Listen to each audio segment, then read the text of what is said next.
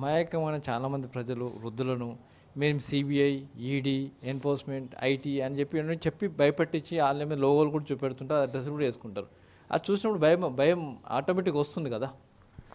అది వస్తుంది. దాని యొక్క ఆ యొక్క భయాన్ని ఆ యొక్క ఆ పర్టికులర్ మూమెంట్ను అనువుగా తీసుకొని మాత్రమే వీళ్ళు డబ్బులు తీసుకోవడం జరుగుతుంది. అందు గురించి అని చెప్పి మేము రెగ్యులర్గా మీడియా సహకారం ద్వారా సైబర్ మీడియాని గ్రూప్ క్రియేట్ చేసి ఎవ్రీ వీక్ మేము దీని ద్వారా అవగాహన కార్యక్రమాలు కూడా చేపడుతున్నాం. తర్వాత ఎవ్రీ వీక్ మా కమిషనర్ గారి ఆదేశాల మేరకు ప్రతి వారం ఒక మేజర్ అంటే ఒక పెద్ద ఎత్తున ఒక్కొక్క జోన్లో 7 జోన్లలో ఒక్కొక్క జోన్లో ఈ సైబర్ అవేర్నెస్ ప్రోగ్రామ్ కూడా కండక్ట్ చేయడం జరుగుతుంది. అట్లాగే వీడియోలు, స్లైడ్స్ ఇవన్నీ కూడా రెగ్యులర్గా తయారు చేసి పంపడం జరుగుతుంది సోషల్ మీడియా ఛానల్స్ ద్వారా.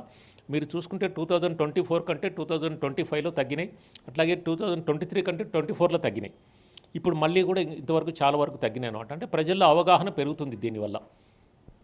నేను చూస్తే నిజంగా అలా పరిస్థితి వచ్చినప్పుడు ఏం చేయాలి?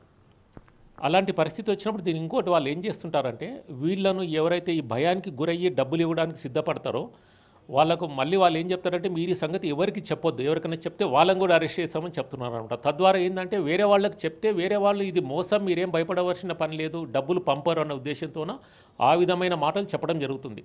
కాబట్టి మీరు అలాంటి వాళ్ళు మళ్ళీ చెప్తున్నాం మేము ఏంటిదంటే ఎవరైనా మిమ్మల్ని అరెస్ట్ చేస్తాము, మీ యొక్క ఆధార్ కార్డు లేదా పాన్ కార్డు మీ యొక్క సిమ్ కార్డు, మీ యొక్క ఫోన్ నెంబర్ ఫలానా నేరంలో వినియోగించడం జరుగుతుంది, మనీ లాండరింగ్ కానీ, డ్రగ్స్ ట్రాన్స్పోర్టేషన్ కానీ, మత్తు మందుల రవాణా కానీ దీంట్లో ఉన్నారు అని చెప్తే మాత్రం ఏమాత్రం భయపడవలసిన పని లేదు అని మళ్ళీ చెప్తున్నాం. దానికి ఏమాత్రం భయపడకండి, డబ్బులు ఇవ్వకండి. అలాంటి కాల్ మీకు ఏదన్నా వస్తే ఇమీడియట్గా మీరు పోలీస్ స్టేషన్కి వెళ్ళండి, లేదా 1930లో కంప్లైంట్ ఇవ్వండి, లేదా అట్లీస్ట్ మీ కుటుంబ సభ్యులకు తెలియజేయండి, లేదా మీ పక్కలున్న మీ యొక్క నేబర్స్, మీ ఇరుగు పొరుగు వాళ్లకు తెలియచేయండి మీరు.